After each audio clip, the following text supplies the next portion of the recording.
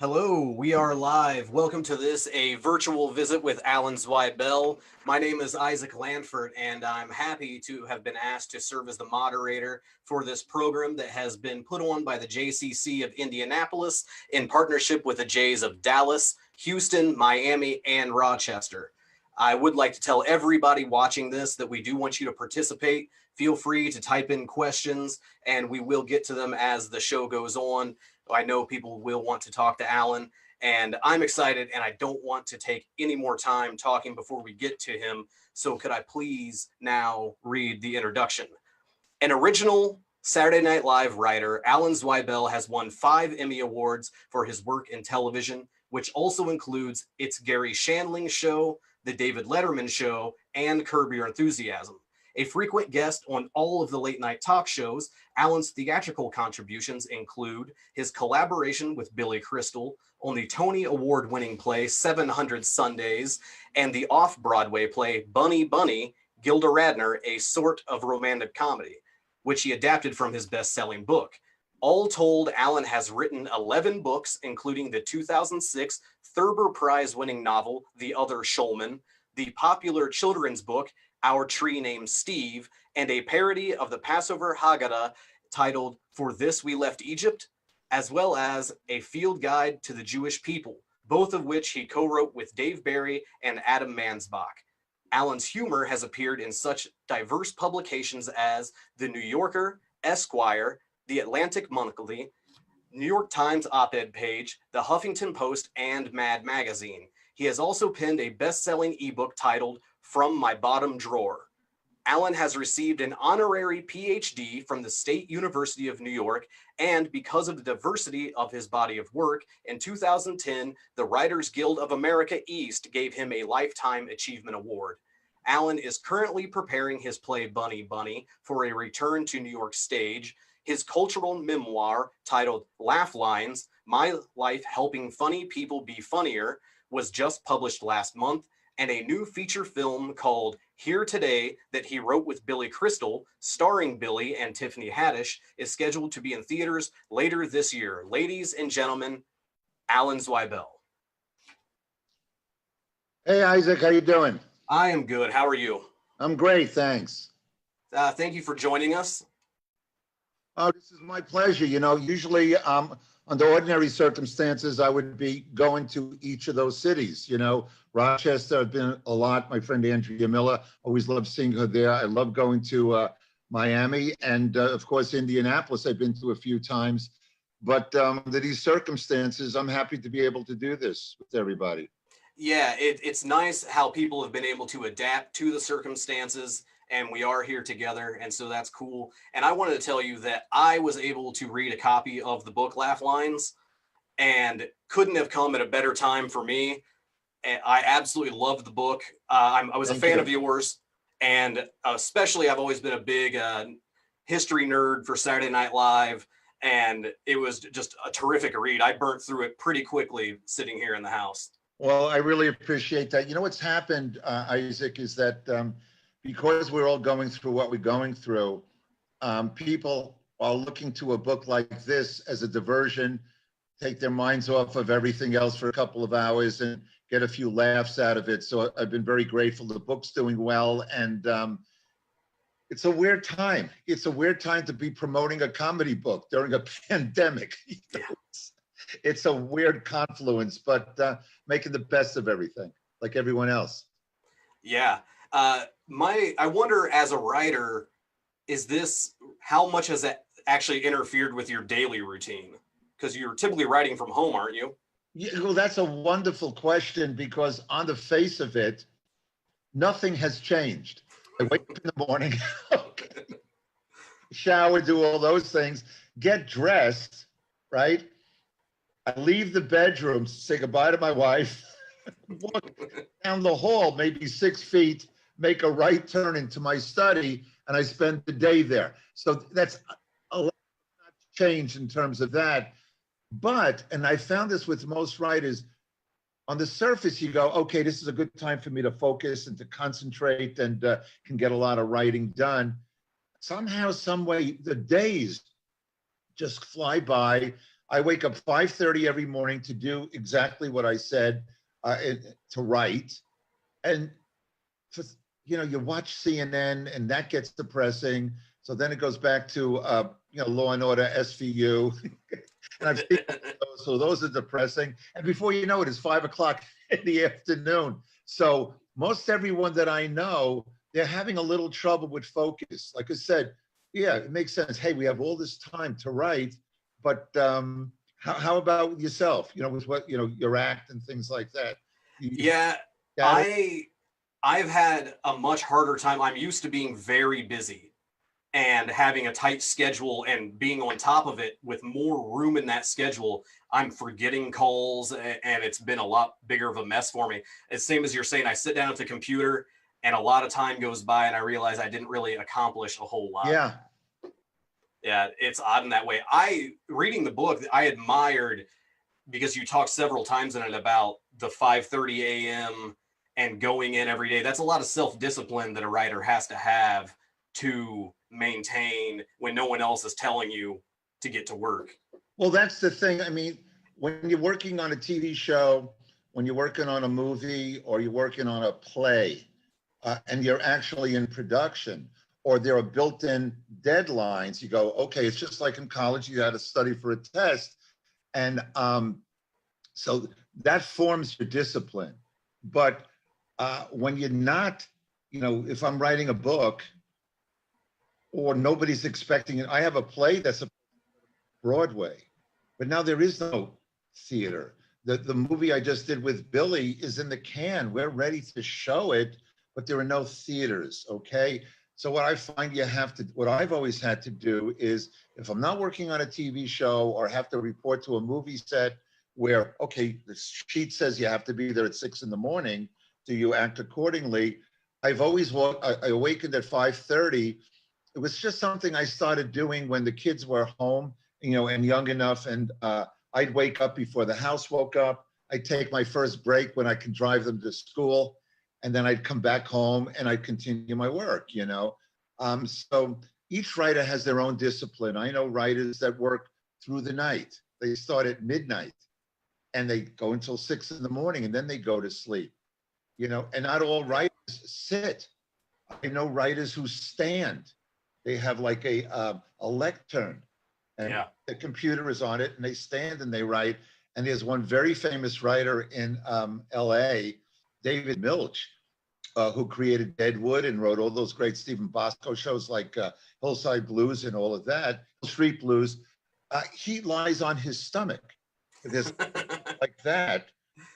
And that's how he does that. If you saw the movie Trumbo, Dalton Trumbo, who was a blacklisted writer, he wrote Johnny Got His Gun and some wonderful movies. They showed him writing. He was in a bathtub filled with water, and there was a plank across the top of the bathtub leading from this side to that side, and his typewriter was on it. So I have no idea how he got to decide that was it. I don't know what the bad attempts were. I don't know if he went into a closet first. I'm not going to do that. I don't know. Maybe the shower. No, the typewriters. I don't know. But yeah, each writer has their own method. Yeah, the bathtub would be a lot more dangerous in today's age of the laptop, I think. Yeah, they're really ugly. Yeah, I definitely, nighttime for me, because I've got young kids, and so I do the opposite. I can't get up at 5:30, so I'm definitely 1, 2 in the morning when I sit down and get going, you also, yesterday was your birthday, is that right?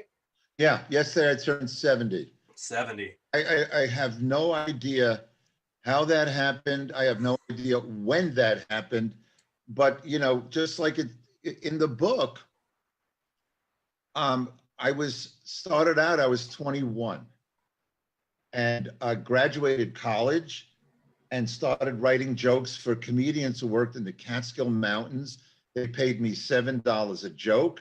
I did that for a couple of years while I was slicing locks and God knows what else in a delicatessen. And then when I got a job on SNL, that started in 1975. I was there 5 years. So if you do the math, then when I left SNL, it's Gary Shandling show. a couple of movies, a couple of TV series that didn't do so well. Then Broadway with Billy Crystal and 700 Sundays, which is the play I co-wrote with him, and 11 books. So if you add it up, and you add up the fact that my wife Robin and I have been married 40 years, we have 3 children, 5 grandchildren. Yeah, it takes that long to do those things. But, you know, when I was growing up, maybe it's the same with everybody else. You know, when somebody was 70, when grandparents are 70, yeah, okay, I'm a grandfather, but I'm not hunched over. I don't have a little spit coming down the side of my face. I don't sit on a park bench feeding pigeons all day. So I don't know how this happened and when it happened, but here we are. Yeah, and when you talk about your body of work over 45 years, I'm somebody who I was familiar with a lot of what you had done, but reading the book, I was actually surprised to find out some of the other things that I wouldn't have known that you were attached to. I grew up in the country. I didn't have cable. And so It's Gary Shandling's show was something I had to go back and watch as an adult. And you had your fingers in a lot of the iconic comedy that has shaped modern comedy in America. Do you think that, am I saying hyperbole here, or can you with confidence agree with what I just said? Oh yeah, I've been really fortunate that way. Look, you can't, when I graduated college and I started writing for the Catskill Comics, that was very much establishment kind of comedy. Mm-hmm. Old Jewish comics in tuxedos on nightclub stages. They all had the same hair. I think they all shared the same set of false teeth, okay? And they were just pure joke tellers. It was the establishment. Then when SNL came along, it was anti-establishment. It was like the sons and daughters of those guys. Now it was our turn to do our version of comedy. It was the George Carlin era. Okay, it was Mortzall preceded a little bit, but you know, there was 2 clubs in New York City, one called Catch a Rising Star, another one called The Improvisation. And I used to hang out there instead of the hotels after a while, because the new guys, at that time, the new guys were Richard Pryor, my buddy Larry David, you know, Bette Midler, Lily Tomlin. They were closer to me in age. They were a little older than me. You know, they were talking about Woodstock, and they were talking about Vietnam. They were talking about Nixon resigning, okay? So, yeah, that was more my sense of humor. And so I was with SNL for 5 years after I auditioned for Lorne with a book of 1,100 jokes. And I had my meeting with him, and I gave him the book of 1,100 jokes. And he opened the book, he read the first joke, and he gave me a job based on one joke. Okay, that's how smart he was. He just was looking for sensibility. And the first meeting we ever had up at SNL, Lawrence said, this is going to be a comedy variety show, which meant it was going to be a variety of different kinds of comedy. Okay, some softer voices, some louder ones, some you know, macabre, some just out and out funny. So yeah, so that was groundbreaking, and I was lucky enough to be there. Years later, when I was introduced to Gary Shandling, we had the same manager. He and I met, and Cable was just starting, Right. to do original comedy at the time.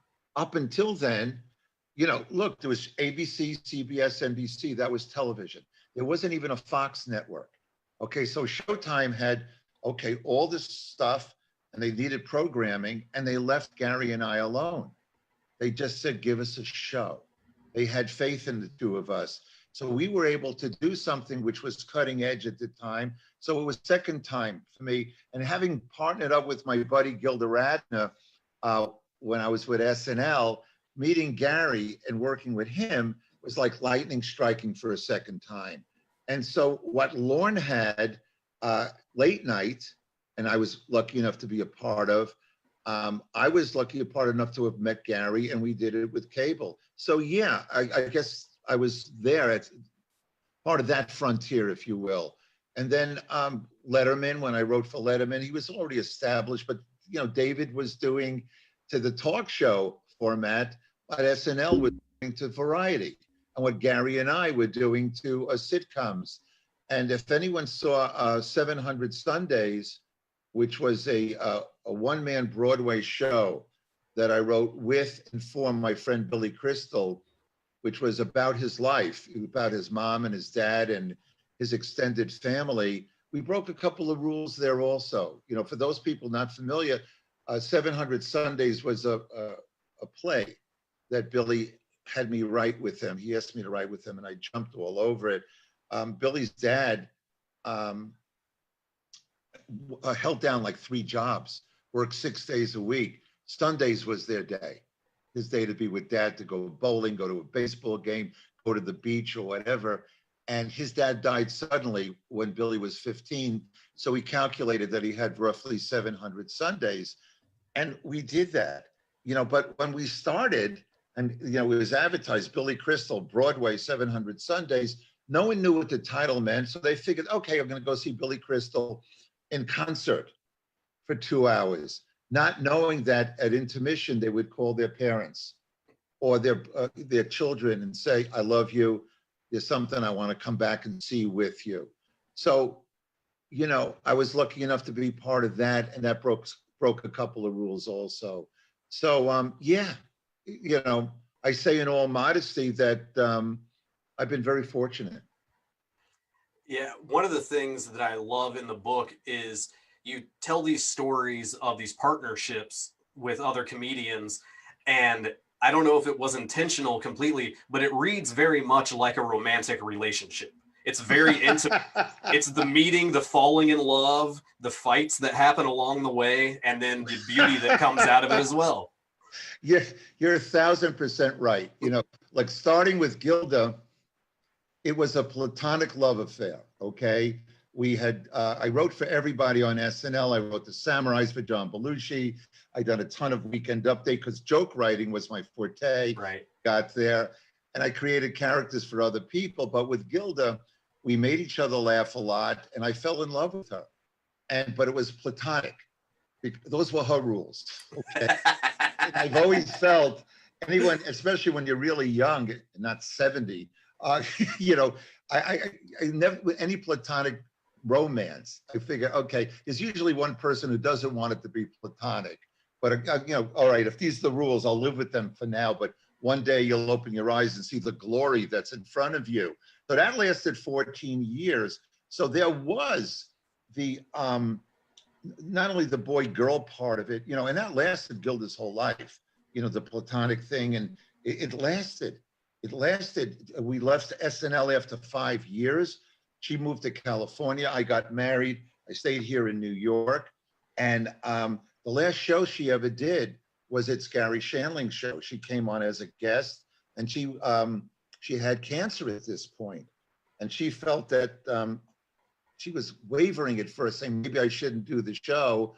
She didn't think that anybody would recognize her after so many years of being away from television, like 6 or 7 years. And she looked different, hair was shorter and all of that. But then she said, I got to do your show. She says, my comedy is the only weapon I have against this thing. She asked me if I can help her make cancer funny. And so I helped my platonic friend. And she got nominated for an Emmy for that episode that she did. And even when she got real sick, when they thought she was in remission, she wasn't. I went to Cedars-Sinai Hospital in LA to give blood. And I'm lying on the gurney, and a nurse comes and gives me a pad and a pen. And I said, what's this? And she said, well, Gilda likes to know whose blood she's getting. Write something nice. She's having a tough time. So I wrote, Dear Gilda, I knew I'd get some fluid of mine into you one way or another. Said it pretty nicely. But that was like a love relationship, which Gary Shandling, the same thing. Anytime there's a partnership in writing, it's a very interesting thing. I don't know if it's been your experience, Isaac, but both people have the same sensibility where you make each other laugh, but it's a little bit different. Okay, right. So that provides the synergy of 1 and 1 equaling 3. The alchemy is as such where the product is something that neither of you could have done alone. And I think what happens after a period of time, especially if you're writing with somebody for that person to say what the two of you are writing, it becomes strained. And it had nothing to do with ego. I never wanted to be in front of the camera. What it was is that, you know, ultimately, at best, you're vice president. At best, because the guy you're writing with and for, he or she's the one who has to say the words. And if they can't do it with conviction, it's going to come out bad. They're not going to say there's going to be fraudulent. The dialogue won't work. And when Gary and I broke up, you know, there's a word that you usually use with in a relationship. When we broke up, it was because after 4 years, we had different lives. I was married, had 3 children. I wanted to write about the fact that I was the commissioner of our son's Little League, and we almost had to move because the other parents were pissed off at us, okay, because I rescheduled the rain out, okay, during the Blickstein's bar mitzvah and stuff like that. I wanted to do that.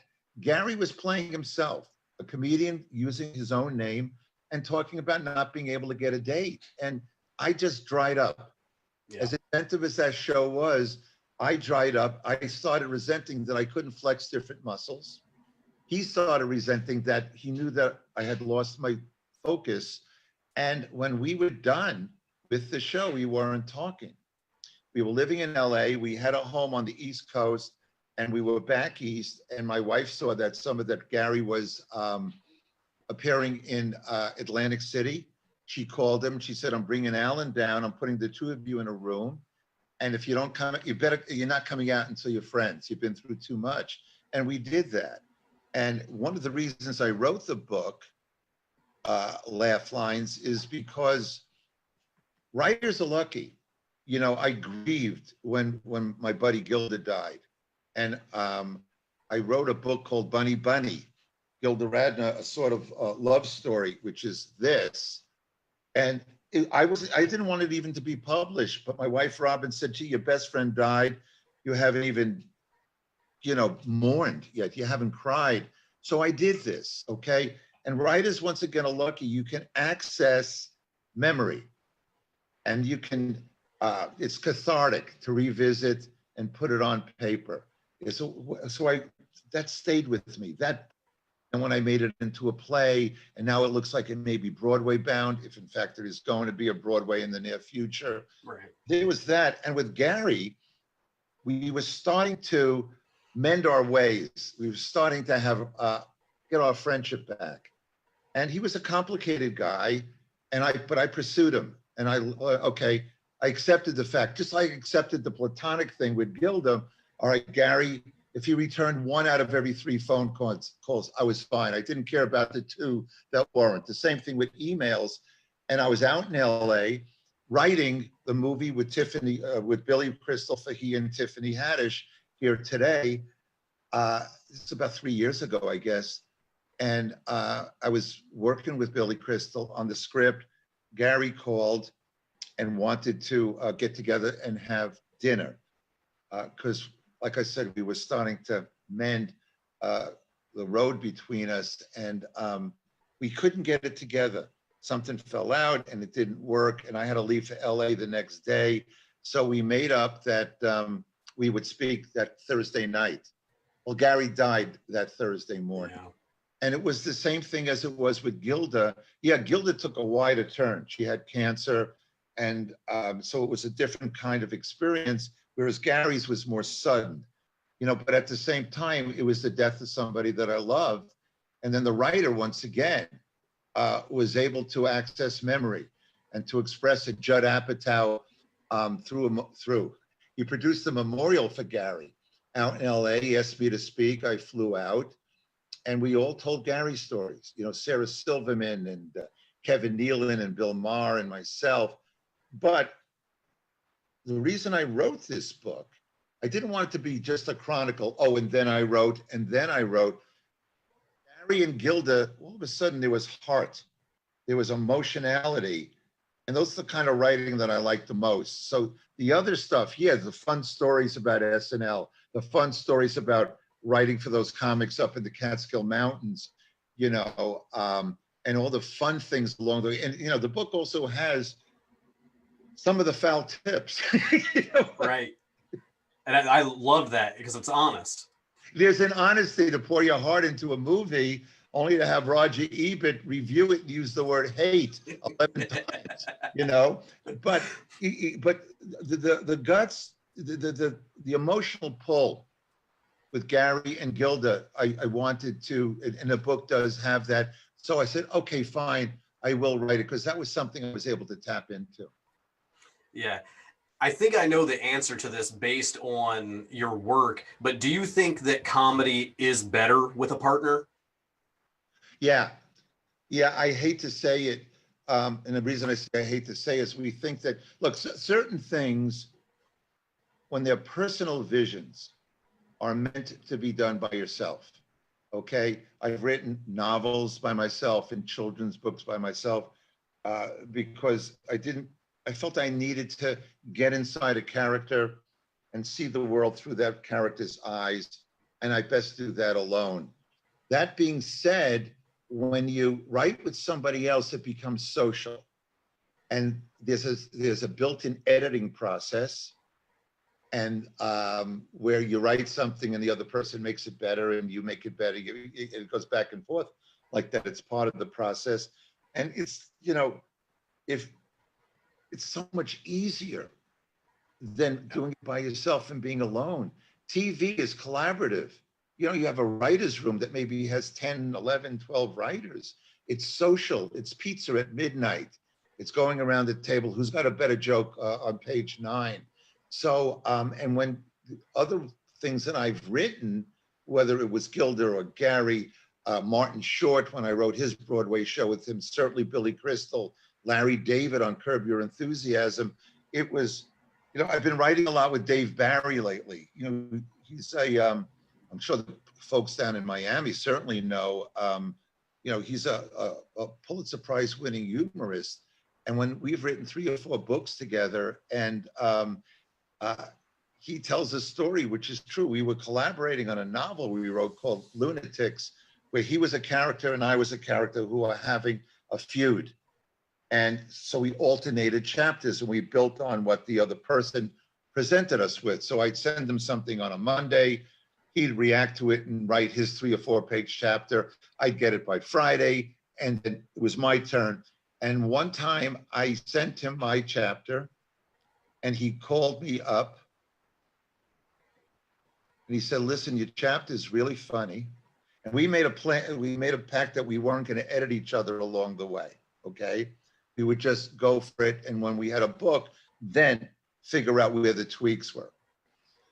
He called me up. He said, listen, your chapter is really funny, but we have a problem. And I went, what? He said, you killed all of our characters in your chapter. He says, I don't know who to use. I don't know who's going to do anything. So I said, okay, fine. If you're going to be that way about it, so we did my chapter. But there was something fun and funny about it. And I think that there's a certain excitement, and you put it perfectly, Isaac.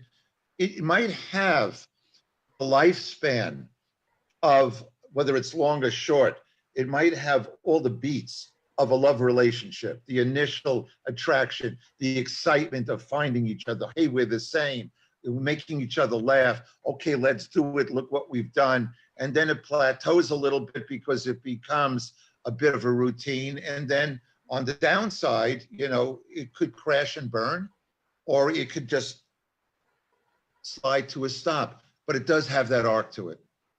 Yeah.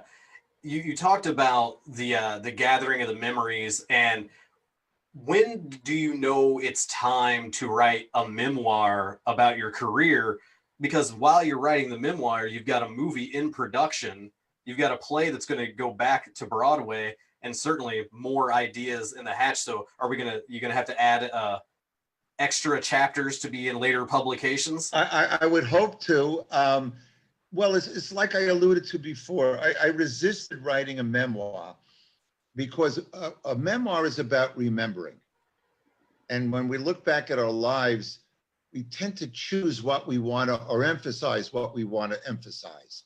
And we, downplay other things that doesn't fit our story. So I try to be as honest as I could about it, but it was more about memory and as opposed to creating. So that's why I resisted it for about 4 or 5 years when people asked me, you should tell your stories on paper. It's interesting. Yeah, you were fortunate enough to be on the cutting edge of different forms of comedy, and you've got funny anecdotes. But I resisted it for that very, very reason that you're talking about. I didn't want to just remember the time that I would put it in a book. I could write, maybe I can write a movie. Maybe I can write a pilot, or even if it's just a couple of, short stories for the New Yorker, Then I looked at my idols, and here's another way I've been fortunate, very, very fortunate.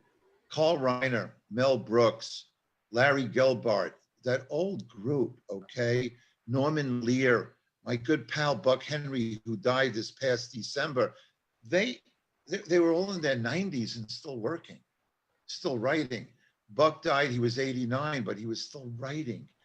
And I realized that, okay, maybe you can do both. Maybe you can take a breather to look back a little bit. That doesn't mean you're still not going forward. So it's a little bit of a balancing act, but that's a wonderful question, Isaac, because it's you usually think of, okay, I'm real old. I'm wearing a smoking jacket. I got all the money I need. I'm smoking a pipe. There's a fire behind me.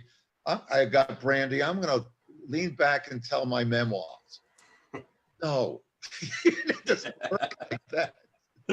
When you're a nervous Jew like myself, you wake up at 4:30 instead of 5:30, so you can take that extra hour to write something new. Nice. Now, if it's all right with you, Alan, we've got a few questions coming in here on the chat from the people watching. You might recognize this first one. This is from a Lindsay Zweibel Till, and it says, "Love you, Dad, more than you will ever know." That name, I don't recognize. It's up. We have 3 children. That's my beautiful daughter, Lindsay. I don't know how she got on this thing, but hi, Linz. I mean,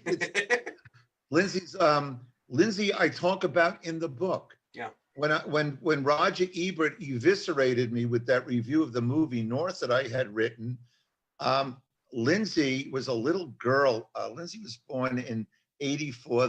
She must have been 9 or 10 when the movie came out, and I was so devastated. I had given the power to people like Roger Ebert to just take a swing at me, and I let it land. And I was younger, and I became very self-indulgent. And Lindsay got tired of looking at her dad just lying on a couch and eating a lot of Haagen-Dazs. And she said, she was a little girl, she was 9 or 10, and she said, "Dad, if I give you some advice, you promise you won't punish me for what I say?" And I go, "No, baby, say whatever you want." She says, "You sure you're not going to punish me?" I said, "I'm telling you." And she said, "Fuck him." Okay. Lindsay said, "Fuck him." And she says, "You're a writer. He can't write. What are you doing? Do what you do." And, and that's the kind of wisdom she's always had. So, hi, Lindsay. Yeah, thank you, Lindsay. You gave us another few decades of comedy from Alan. We've got Lev from Indianapolis here who wants to know, are all comedy writers as disciplined as you are? In their own ways, they are. Okay. I became very disciplined because I knew, having ADD, I needed something to keep me from going off the rails. Okay. Whether or not they wake up 5:30 and do the discipline, everyone has their own. In general, the most creative thing any writer does is figure out reasons not to write. Okay. It's looking for diversions. Oh, I never see that movie. Oh, I liked him. Oh, they opened up a new thing. I'll get back to the writing later. And now with the internet, you can get lost in it for hours and days and sometimes years and never be heard from again. But if you want to churn out material and you self-impose your own deadlines, and you make whatever your own discipline is. So the answer is not by nature, Lev, but we pretty much are back. We have to back into it. Yeah. Marcy Levitt wants to remind us, I think we already know Alan, but she wants to let you know that Miami loves Alan. Oh, I love Miami. That's in Florida, right, Isaac? Yeah. Yeah, I love going to Miami. Like I said at the outset, I love going to Indianapolis. I love Rochester, and Miami is they put us up at a place called the Betsy, some hotel on South, I guess it's South Beach, but it's nice down there. I really like it. My friend Dave Barry lives in Coral Gables, so we always see him when we're down there. But I love going to Miami JCCs. Yeah, Adrian wants to know, can you tell us more about the origins or beginnings of Samurai? Would it have worked as well without John? Well, there wouldn't have been any, Andrea, without John. It was his character, and he auditioned with for SNL doing that character. All right? It was his. It's not like somebody said, oh, what if you walk into a men's shop and the tailor is a samurai? That didn't happen. How it happened was John had the character. A writer named Tom Schiller wrote Samurai, what was it? Samurai Hotel, okay? And with Richard Pryor. And it worked really well, okay? It was a hit. But they thought it was a one-shot deal. And like I said earlier, before I got the job on SNL, to supplement the great living I was making, getting $7 a joke, I took a job in a deli. And Lorne came up to me, just walked by my desk, and I was to me, Al Franken, and his partner, Tom Davis. And he said to me, you worked in a deli, right? I said, yeah. He says, okay, then you think you can write Samurai Delicatessen? I went, you bet, boss. He walked away. I had no idea what that meant. I didn't have clueless, but I wrote it and it worked. We did with Buck Henry, and then there were 8 or 9 more afterwards. But could have worked without John? Well, specifically, no, because it was his character. In general, he was so unique, Belushi. He can raise an eyebrow and make you laugh. It would have worked, but probably differently. Yeah, one of the things about the Samurai that I always really liked is that to do that many sketches of the same character, there were still always small bits that were new each time that were added in. Well, that's really, really perceptive, Isaac, because when I would write it, I would try to put in new moves so it wasn't a repetition of the same thing in different places. And there was one time, because we had censors on the show. Like I said, there was only 3 networks. So for us to get something on the air and expand the boundaries just a little bit, we had to have a certain degree of cunning with them when we spoke to the censors. And with John, in one of the Samurai sketches, Buck said something that John thought was an out-and-out lie. It just wasn't true. And so what I had John do in the script was take the sword and make this motion with it, okay? I said, John goes up and down with the sword in the sheath 3 times. And we all know what that meant. Yeah. Okay? The censor, a very nice man named Jay Otley, we had a talk. We had a meeting. See, Lorne was the ultimate guy, who dealt with the censors or the standards and practices if we couldn't handle it ourselves, if we run into a roadblock. This never got as far as Lorne, because I remember me, Buck Henry, and John, and this guy, Jay Otley, talking about this move. And he said, 3 times is just blatant. And he said, just once. I said, wow. You mean you only have to do this once? And he says, keep me out of it. Okay. And we did it once and it worked really well. Wonderful. All right, we've got John Dreyfus from Houston asks, can you tell us a little bit more about Gary Shandling? Gary Shandling was a genius. I think that I learned more about writing from Gary than anybody that I've worked with, and I've learned something from everyone.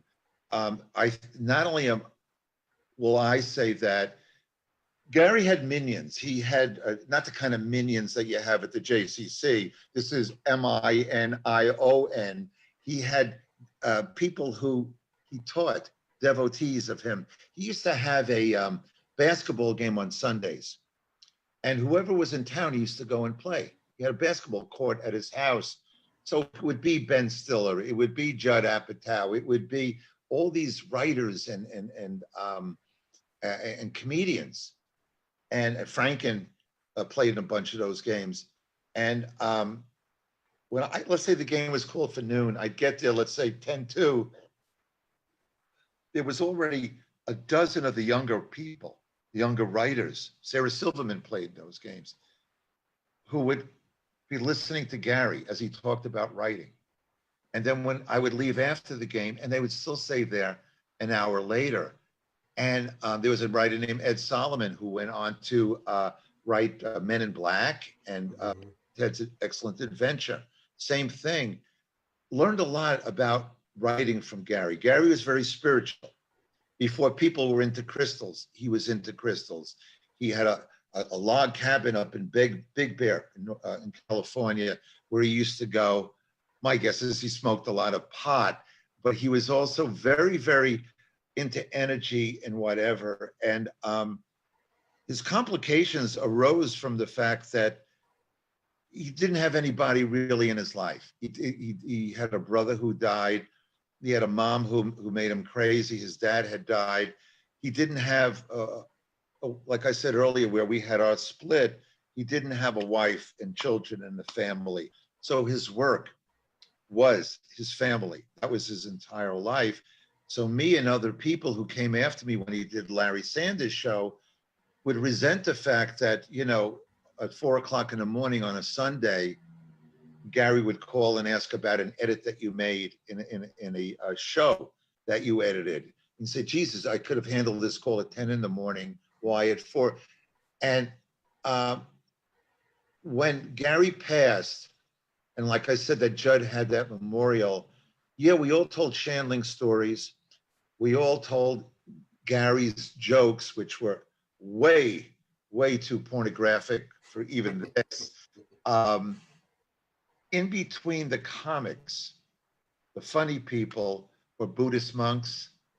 It was video of him in robes, okay, with incense and sitting in a lotus position.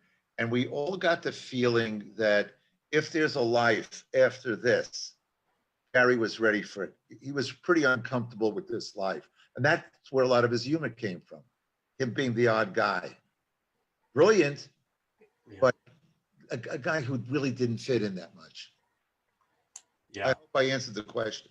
No, I think you did. You gave us some. I just watched the first part of the HBO documentary, the Zen Diaries, and which I saw you in.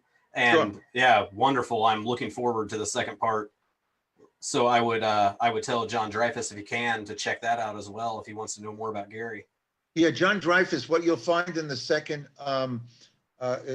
part of it, and when Judd sent me a rough cut of both parts, and I called him, I made this observation, and I think you'll see it, Isaac, and John will, is that I likened it to, there was an HBO documentary about George Harrison called Living in the Material World. Part one was about the Beatles and a lot of the stuff that we've seen through the years and their music. Part two was George as a solo performer, but it was almost very much about his spirituality. The Maharishi and what he was in terms of his religion. And when I watched Judd's documentary, it was very much the same. What you saw in episode one ended with It's Gary Shandling Show. Episode two, and I'm ruining nothing by saying this, yeah, there's the Larry Sanders Show, which was a bona fide hit, seen by so many more people because it was on HBO. But when that ended, Gary didn't do a hell of a lot of work anymore. He didn't appear in Las Vegas. He was didn't do concerts. He didn't do another TV show. And you'll see that he spent a lot of time trying to find himself, trying to be at peace with the fact that he was living in this world. Yeah. I'm going now to Jack Weiss, who says, although you eschewed anything lurid in the book, did you by chance write a chapter or two with all the naughty bits intact for a posthumous publication, asking for a friend? Asking for a friend? That's what he says. Well, okay, Jack Weiss. What I tried to do with this book is to have my memory speak, and I could have gotten into more lurid stuff. I could have gotten into gossip. I certainly didn't want to do that, and I stayed away from it. I do go into the book on certain sketches that had to deal with. It was a sketch that took literally 4 years to get on. It was the summer of '76. It was the bicentennial summer. I was out in Los Angeles it was after the first year, so it's the summer between years for season 1 and season 2. And I was doing a Beach Boys special. Lorna was producing a Beach Boys special for NBC, and Aykroyd and Belushi were in it, and we wrote it. And one night, I went over Al Franken. He and his partner, Tom Davis, had rented a house in Laurel Canyon. And we were just, there was a barbecue, and we were talking about the upcoming season. And I said, listen, what if we did a sketch where through history, anybody who had something named after them was at this party? So the Earl of Sandwich, okay, and Lord Chesterfield, the coat, and and later the cigarette, anybody. And then I can't remember who said it. I thought I did, but Tom Davis wrote a book and said that he said it to him, okay, where he said, so I said, let's make a list of all these people who had things named after them. And Tom said, how about Lord and Lady Douchebag? Okay. So we went back in September and we wrote the Lord and Lady Douchebag sketch, and the censors would not let us get it on. Not let us say douchebag, not us do, okay. So that was season 2. Beginning of season 3 was rejected again. Season 4, rejected. The last show of the 5th season, which was the last show that Lorne did before he left the show. He came back, obviously. But the Bill Murray, Dan Aykroyd, Belushi, me, Gilda, this crowd, this was our last show of the 5th season before we would all disperse. We got the Lord and Lady Douchebag sketch on the air. And I think I tell about that in the book. I don't know what Jack Weiss wants me to tell. Go for a walk and I can spill my guts, but nice. Marilyn from Houston says, Sarah Silverman said, if you don't look back on the things you've done or said and don't cringe, then you're not growing. Alan, when you look back, is there something you said, wrote, or did in your comedy career that you now cringe over? Oh, God, yes. And I go into detail about it in the book. After this Gary Shandling show ended, I was hot in the TV business. CBS had just signed Ryan O'Neal and Farrah Fawcett to a deal where they were going to have a show created for them. And they asked me to do it. And the last thing that I wanted to do was create a show for Farrah Fawcett and Ryan O'Neal. In the past, I had been asked to run Bill Cosby show. I turned it down and it was a huge hit. When I was doing its Gary Shandling show, the same production company, Carsey Werner, wanted me to come and create a show for Roseanne Barr. And Roseanne was a big hit. I turned it down. So I'm going, there was a difference between having a prime time network hit, and my success was late night and it was cable. Sure. So I go, oh God. And my manager, Bernie Brillstein, said, you know, you can write your own ticket if you have a network hit. So I said, okay. And I agreed to do it. And I would bolt upright in bed in the middle of the night. My wife, Robin, would say, you don't want to do this show. You haven't slept since you said, yes, you're going to do it. And it was a nightmare. We did it, I want to say 1991 or two. And all the people who worked on it, including myself, are just now getting back on solid food. Okay. They were terrible. They were not funny. And it was, and I assembled the writing staff. There were like 12 or 15 Emmys in the writer's room. There was the supporting cast had a bunch of Tony Awards, but it was one of those network situations where a series existed because of the stars. And the reason it failed was because of the stars.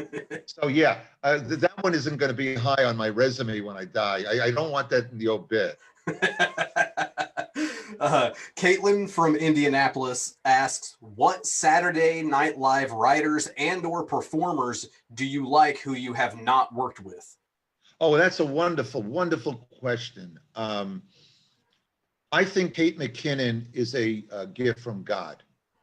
Wonderful. She could have been in the cast in any era. I haven't even met her. I watch the show all the time. I like Cecily Strong. Yeah.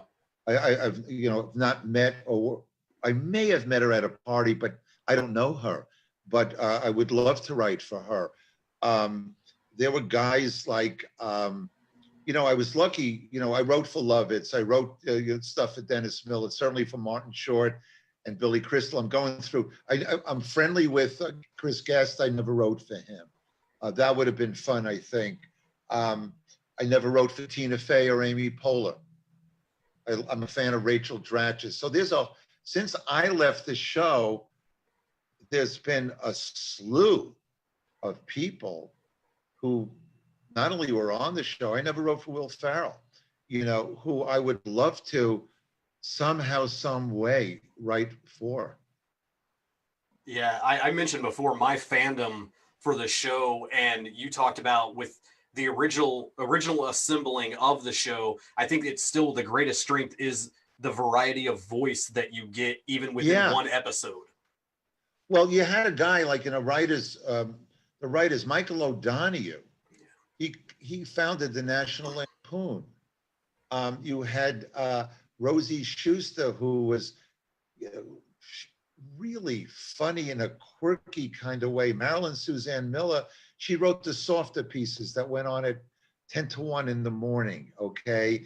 I was this big Jewish joke writer, so they came to me for those kind of laughs. Franken and Davis, they wrote all the political things when I was there. And then we were joined by another writer named Jim Downey, so yeah, people came at life from a different direction.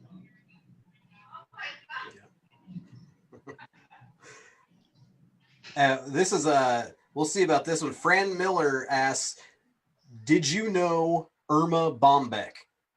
No, I never met Irma Bombeck. They've asked me to speak at some of those conferences that they have in Dayton, Ohio, and I have, and I enjoy going there. But before I give my speeches, they have me have dinner seated with her surviving kids. So all the people who are still alive from the Bombeck family I eat with, but Irma's not there. No. Yeah. All right. Let's see. Oh, Andrea Miller, I agree with her. She says, buy the book, so many more great stories. Well, thank you. Yeah, it's chock full of stories. I think about as we're talking, there's a wonderful story in there. Rob Reiner has a screening room on his property, he and his wife, Michelle, and he shows movies every Sunday night. And because he's Rob, he can usually get somebody from the movie. So when we have dinner afterwards, it's like a master class, So this one particular night, the movie, he didn't show a movie, he showed a clip, your show of shows, and from Sid Caesar's Hour. Yeah. Which was, this was mid or late 90s. So the guests of honor were Carl Reiner, not a hard call for Rob to make, it was his father, right? Mel Brooks, Larry Gelbart, and Sid Caesar himself. And I was in awe. This was all of our heroes right there.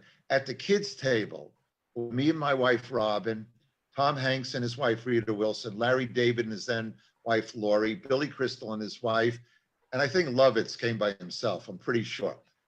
I made sure that when they were showing these clips, this is 50 years later, pardon me, 45-ish years later, what these guys who are all sitting in the back row, I'm in the row in front of them, and I'm leaning back and I'm eavesdropping because I want to hear. Think about the bodies of work that were behind me. Think about the movies, the Broadway shows, the 2,000-Year-Old Man albums. Yeah. You know, Mel Brooks created Get Smart with my friend Buck Henry. So the bodies of work that were behind me, I was wondering what it would be like for them to go down memory lane and look at old movies. And I heard things like one of them saying, oh yeah, Woody, meaning Woody Allen, wrote that sketch. And then somebody else would say, yeah, but Doc Simon, Neil Simon gave him the joke about came and gave him the joke about the wallet. 45 years and so many works later, they were able to footnote it. And afterwards, we had dinner with Wolfgang Puck. And because Rob is Rob, it was the actual Wolfgang Puck. It wasn't just Wolfgang Puck food. Wolfgang Puck made us dinner, and we're all seated like cross-legged underneath a low table. And we were asking them thousands of questions, like it was a master class. And what I was struck by was arguably of those guys that I mentioned, Mel Brooks, Carl Reiner, and Larry Gelbart, their careers only got better after they left your show of shows. One could say that Sid Caesar, that was the acme of his career. But whatever questions we asked, in deference to the man who gave them their breaks, they took the questions and deflected it. So it was answered by Sid. Sid, you remember that thing, and then Sid would give the answer. It was such reverence that they gave him. And I remember the next day, one of Rob Reiner's kids had a birthday party. So we drove up with our children. And as we were getting out of the car, Carl Reiner pulled in right behind us. And I went up to Carl and I said, how was last night for you guys? Because for us, it was like we died and went to heaven. And he put his arm around me and he said, Alan, what you kids did for Sid, you gave him 10 more years of life. And, you know, I remembered that. I that kind of reverence, that kind of gratitude. Hey, you found me when I wasn't doing anything and I'm here where I am because of you, comedically, and I have a nicer car than maybe I would have had in creative liberties and such. So yeah, the book's got lots and lots of stories about the process and who I know, things with Billy Crystal and things with Martin Short, and funny stuff. Yeah. Yeah. I really like this question that comes from Freda from Rochester. It says, what one thing do you wish actors would do differently when receiving a script? Wow. I would like them to lie. I would like them to get the script, call you next day and say, this is the best thing I've ever read in my life. Wow. And then start giving you notes, okay? Don't lead with, you know something, I don't know. Don't whine. Just lie to me, okay?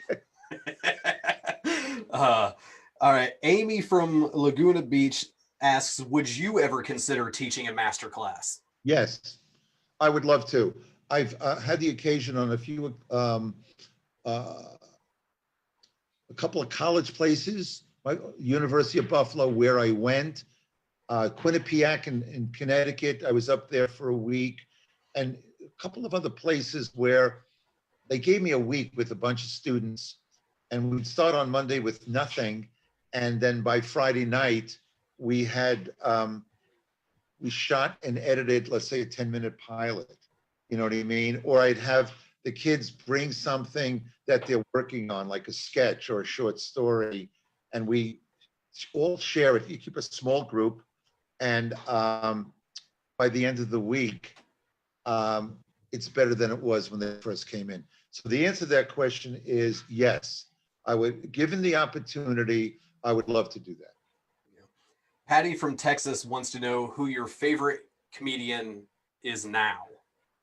Wow, Patty from Texas. It's. I would have to say that it's a. If you're talking about stand-up comic as opposed to, you know, a comic actor, you know, the Kate McKinnons of the world, it's hard for me to think of one because, look, of the people my age, Larry David still makes me laugh as much as he always did, as does my friend Martin Short and Billy Crystal. If you go a little younger than me, there's the Sarah Silverman crowd, all right, which is like a half a generation younger than me. If you go a full generation younger than me, um, John Mulaney, Yeah. be raw. I think he's a genius. Okay, there's something about he does a thing about Trump. I don't know if you're familiar with it. He does 10 minutes on Donald Trump, but never uses Trump's name. Yeah. He likens it to a horse being in a hospital. Okay? Something being in some place that is it doesn't belong, and it's really funny.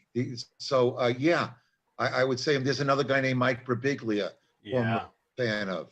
So you know, but they and I'm good friends with both of them.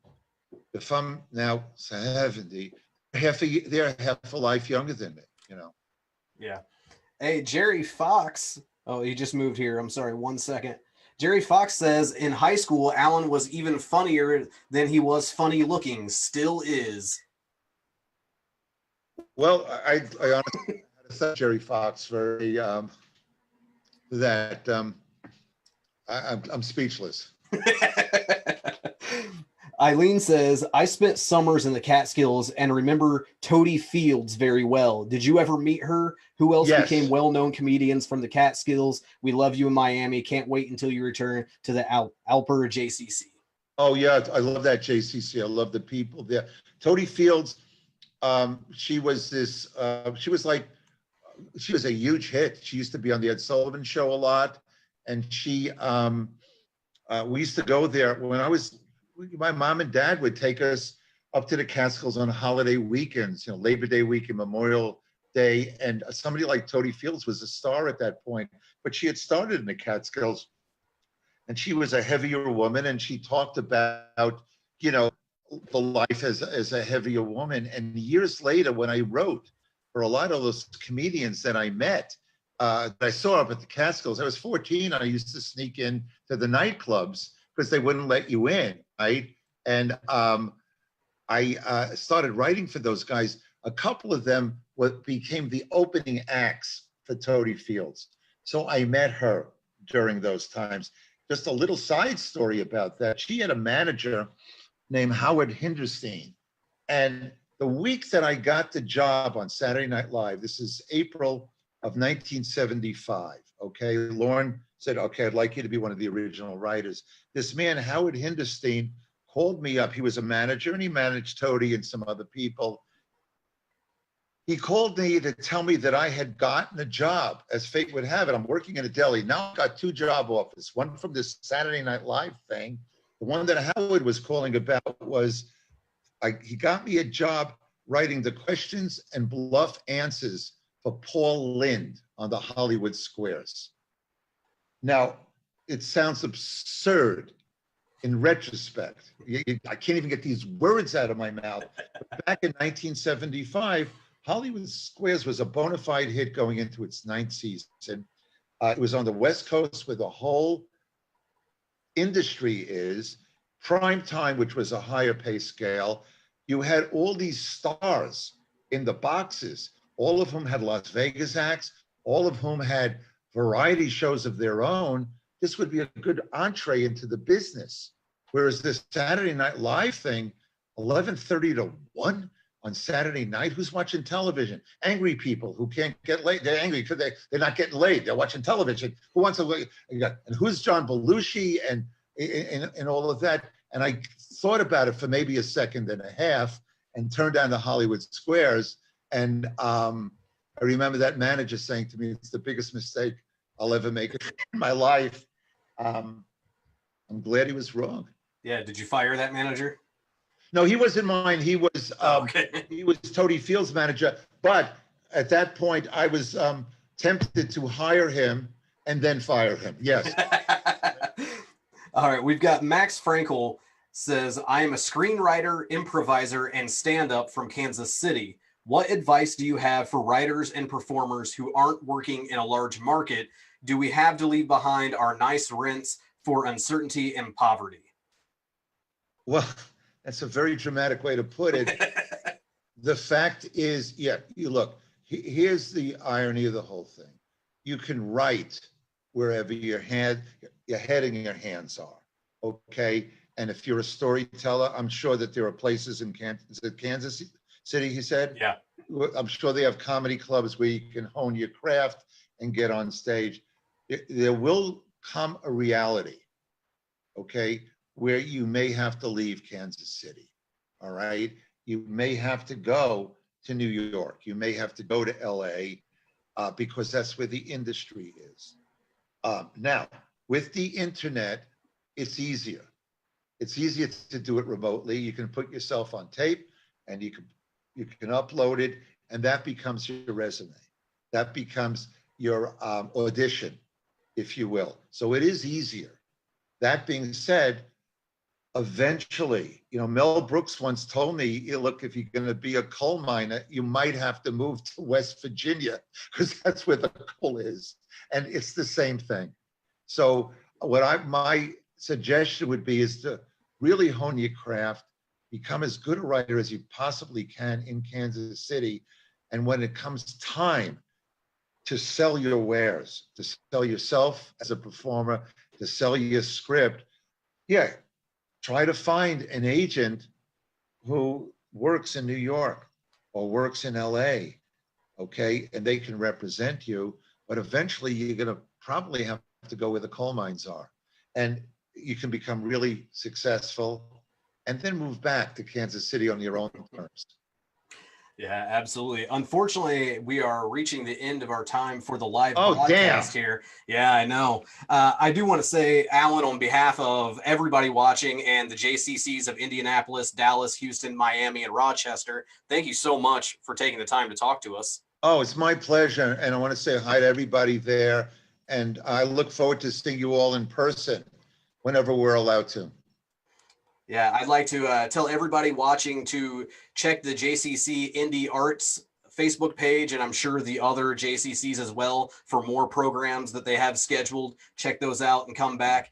If you are part of the VIP reception, please stay with us. And for the rest of us, we'll see you next time. Thank you very much. I'm Isaac Lamford. He's Alan Zweibel. Buy his book. Good night.